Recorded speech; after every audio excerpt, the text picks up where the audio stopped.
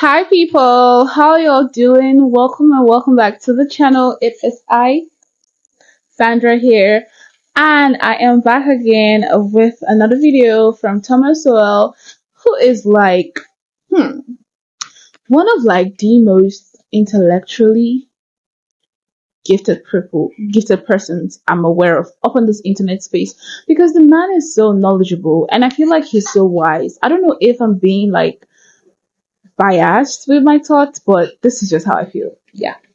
So this says facts about civilization you don't hear in school.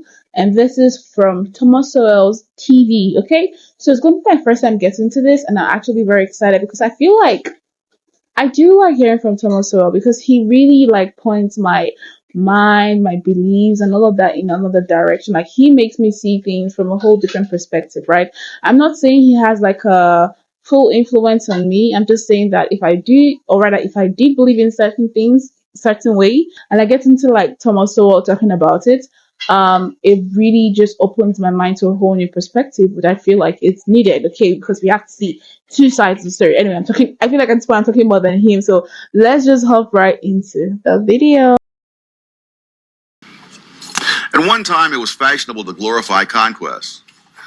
But in fact, we've become much more aware of the oppressions and the atrocities that go along with it.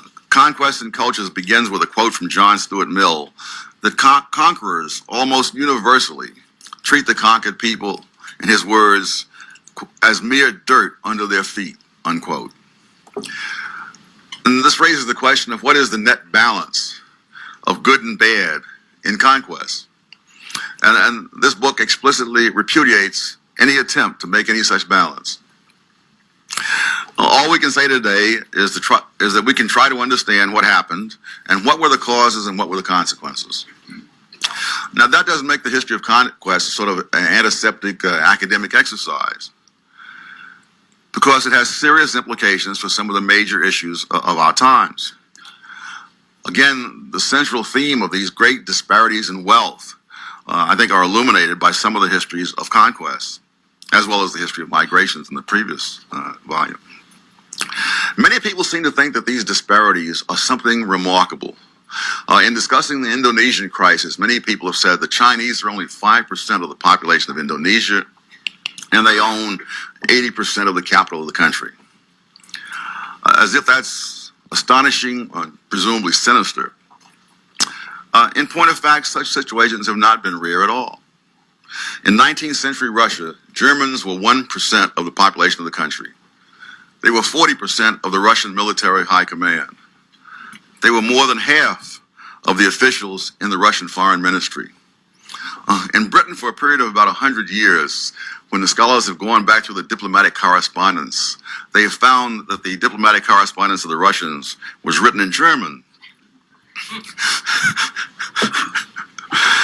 The Germans were also the vast majority of all the members of the St. Petersburg Academy of Sciences. Moreover, these were Baltic Germans, who were themselves a minority within the 1% minority of Germans in Russia. They were not nearly as numerous as the Black Sea Germans or the Volga Germans. In 20th century Brazil, in the early period, in Rio Grande do Sul, 100% of whole industries were German-owned. These included the manufacture of trunks, stoves, hats, paper, soap, glasses, matches, beer, of course, leather, and neckties. Jews have never been as much as 1% of the population of Australia. Yet at one time, they owned most of the clothing stores in Melbourne. In Poland, between the two world wars, Jews were just 11% of the population, but they were more than half of all the physicians, and conducted more than two-thirds of the commerce of the country. They were also 3/5 of all the physicians in Hungary, where they were just 6% of the population. People from India so predominated in the commerce of East Africa in colonial times that the rupee became the standard currency in much of East Africa. At the peak of their population size in Uganda, before the mass expulsions by Idi Amin, Indians, Pakistanis, and Goans put together added up to barely 1% of the population. Yet they owned at one time 80% of the capital of the country, including 90% of its cotton gins. It would be possible to go around the world and back through history citing similar groups and gross disparities involving the Japanese immigrants in southern Brazil, the Parsis in India, the Lebanese in West Africa, the Italians in Argentina, the Greeks in the Ottoman Empire, or the Igbos in northern Nigeria, among others. Here in the United States, you need only turn on a television set to see gross racial disproportionality in professional basketball. And if you pay attention to the beer companies that sponsor this and other sports event, you will discover that these beer companies were created almost exclusively by Americans of German ancestry. So despite what is assumed in the media, in the politics, and in courts of law, gross statistical disparities are the rule, not the exception, in countries around the world, and they have been for centuries. That still leaves the question as to why there are such huge disparities. It's amazing how many of the people who find these disparities both offensive and puzzling never look at the disparities in inputs behind the disparities in outputs. For example, back when admissions to the universities in Sri Lanka was by examination rather than by racial quotas, as they later became, members of the Tamil minority scored more than half of all the A's on their mathematical examinations, rather than the Sinhalese majority. During the heyday of British industrialization, 40% of all the patents in the world were held by people from Britain. In the late 19th century, just 3 countries produced over half the manufactured goods in the world: Britain, Germany, and the United States. And that was to remain that way for several decades.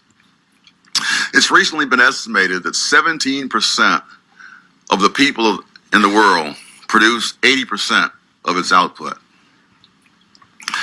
Nor are these always differences between biologically different people.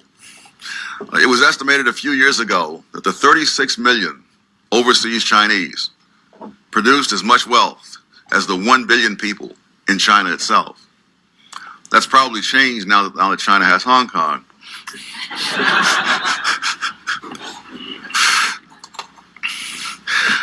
When people talk about very internal versus external causes of these kinds of disparities, they often talk in needlessly narrow terms.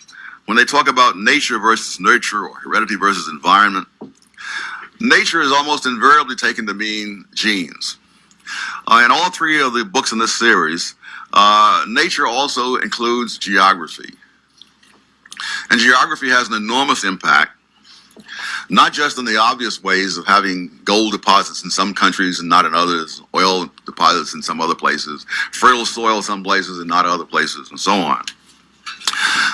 I argue throughout the 3 books that the most profound effect of geography is on people, and in particular on their contacts, how wide their contacts are with the range of other people in the world.